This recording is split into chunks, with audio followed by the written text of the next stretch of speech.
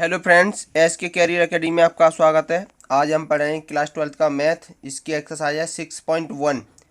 इसके बारे में पढ़ेंगे। सबसे पहले जानेंगे कि अगर उसमें किसी भी परिवर्तन की दर दिया होगा तो या तो वो बढ़ रही होगी या फिर घट रही होगी। अगर बढ़ रही होगी तो हमें परिवर्तन की दर पॉजिटिव लेनी है, अगर घट रही होगी तो परिवर्तन की दर नेगेटिव लेनी है। जैसे कि उसने बोल दिया कि आयतन में परिवर्तन की दर, तो आयतन क्या होता है हमारा v वॉल्यूम। तो परिवर्तन की दर क्या होगी, परिवर्तन की दर होगी dv/t के सापेक्ष ले रहा है तो dt। ठीक है। क्षेत्रफल में परिवर्तन की दर, क्षेत्रफल क्या होता है a, तो इसके परिवर्तन की दर क्या होगी dA/dt। ठीक है। त्रिज्या में परिवर्तन की दर, त्रिज्या क्या होती है r, तो क्या होगा dr/dt।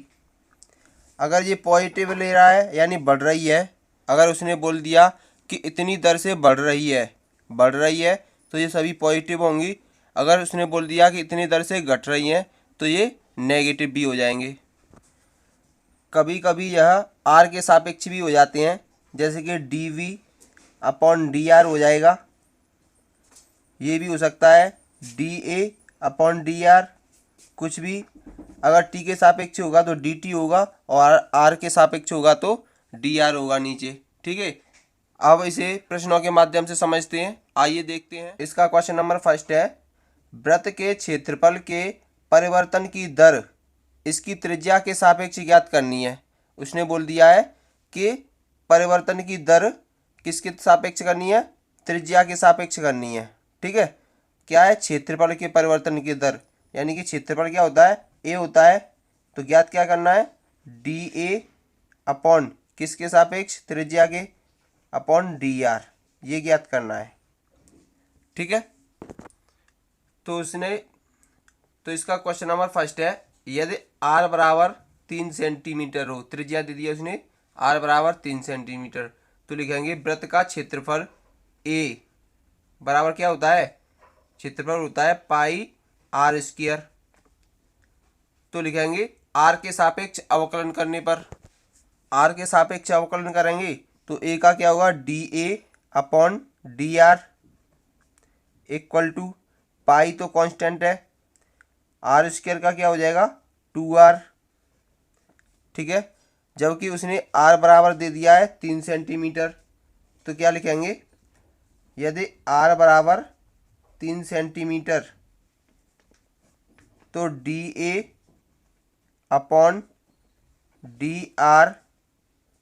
r बराबर कितना है 3 सेंटीमीटर पर देखेंगे पाई इंटू 2 इंटू r का मान कितना है 3, तो dA/dr बराबर कितना हो गया, 2 का 3 में करेंगे तो 6 पाई क्षेत्रफल का सेंटीमीटर स्क्वायर और r का क्या होगा सेंटीमीटर। यही है हमारा आंसर।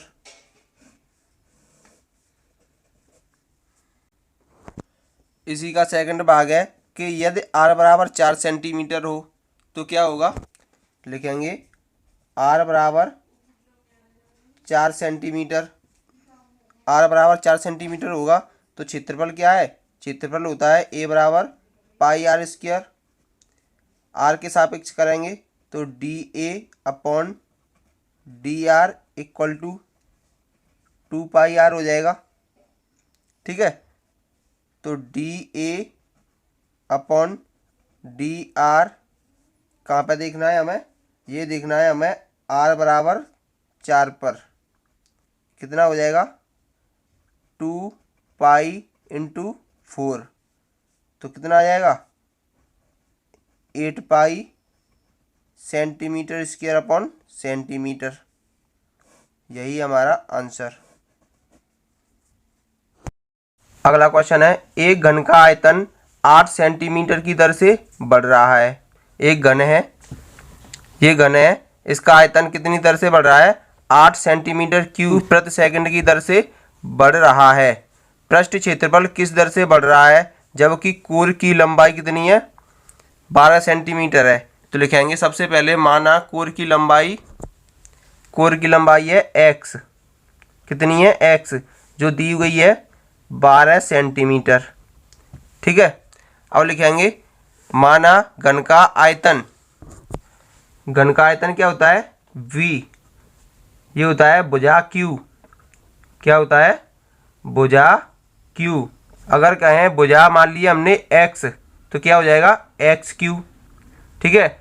अब पृष्ठीय क्षेत्रफल निकालना है तो लिखेंगे पृष्ठीय क्षेत्रफल होता है s। अब पृष्ठीय क्षेत्रफल होता है ये 6 वर्गों से मिलकर बना होता है। तो एक वर्ग का क्षेत्रफल क्या होता है भुजा स्क्वायर यानी एक्स स्क्वायर। तो ये आगे वाला इसके पीछे वाला दो क्षेत्रफल हो गए, यानी दो वर्गों के क्षेत्रफल, एक साइड वाला दूसरा साइड वाला, 4 वर्गों के क्षेत्रफल, एक ऊपर वाला और एक नीचे वाला, यानी कि 6x² हो गया। तो s बराबर क्या होगा 6x², यानी हमारा घन का पृष्ठीय क्षेत्रफल क्या होता है 6x²। हमारी जो वृद्धि हो रही है वो समय के सापेक्ष हो रही है। पूछा क्या है, दिया गया है हमारा आयतन 8 सेंटीमीटर क्यूब प्रति सेकंड की दर से बढ़ रहा है। मैंने क्या बताया, अगर बढ़ रहा है या घट रहा है तो उसका अवकलन दिया होगा। तो लिखेंगे dv/dt इक्वल टू कितना दिया है 8 सेंटीमीटर क्यूब प्रति सेकंड। अब पृष्ठीय क्षेत्रफल किस दर से बढ़ रहा है ये पूछा है, यानी कि ds/dt इक्वल टू पूछा है। ठीक है। तो सबसे पहले घन का आयतन निकालेंगे, फिर उसका अवकलन करेंगे। तो आयतन v बराबर कितना दिया है x3, t के सापेक्ष अवकलन करेंगे तो क्या हो जाएगा dv/dt इक्वल टू ये हो जाएगा 3x²। x का करेंगे तो dx/dt। ठीक है। dv/dt कितना दिया है 8 सेंटीमीटर क्यूब, तो 8 इक्वल टू 3x² dx/dt। ठीक है। तो dx/dt का मान निकालना है तो कितना हो जाएगा dx/dt इक्वल टू 8 ये बट्टे में पहुंच जाएगी 3x²। ठीक है। dx/dt का मान ये हो गया। अब निकालेंगे हम ds/dt, तो इसका अवकलन करेंगे तो कितना होगा, t के सापेक्ष करेंगे तो ds/dt इक्वल टू 6 जो का त्यों रहेगा, x² का क्या होगा 2x, t के सापेक्ष कर रहे हैं तो x का क्या होगा dx/dt। ठीक है।